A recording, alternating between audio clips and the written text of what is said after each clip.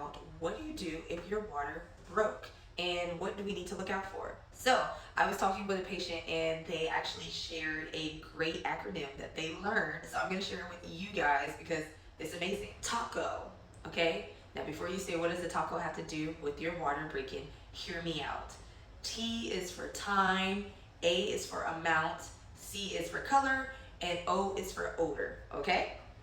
So we want to know what time your water broke because at 24 hours you are at an increased risk for infection. So the moment your water breaks or you think it broke, write that time down. A, amount. Did you have a small little gush or did you have a huge gush? Was it a lot? Because if it was a lot, it might mean that something was going on that we didn't know about because it was so much, or there's a possibility of a risk of a cord coming out because it was so much, or it could have been a little. We just want to know how much. C is for color. This is very important. So your amniotic fluid should be clear. It may have a little bit of a pinkness or a small red tint to it, and that's perfectly fine. But it should not be yellow or green. If it is, that means that the baby did poop, and that is called meconium.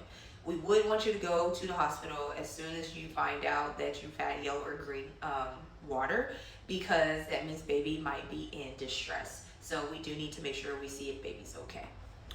O is for odor. So your amniotic fluid should not have any odor. If it smells like urine, it probably is urine. Another thing to mention outside of the TACO acronym is your GBS status. GBS stands for group beta strep bacteria. So are you positive or negative with that bacteria? If you are positive, if your water breaks, it does expose baby to that bacteria. So we do need you to go to the hospital so you can start antibiotic treatment. When your water breaks, you do have time before you have to go to the hospital as long as everything is good and checks out, okay? So you do not have to go to the hospital as soon as your water breaks unless you're like on baby number 5 and you're having very strong, intense contractions and we think the baby's about to fall out. Other than that, you are safe to labor at home as long as there's no malodor that signals infection and as long as there's no complications, okay? So if you have any questions, drop them down below and don't forget your TACO.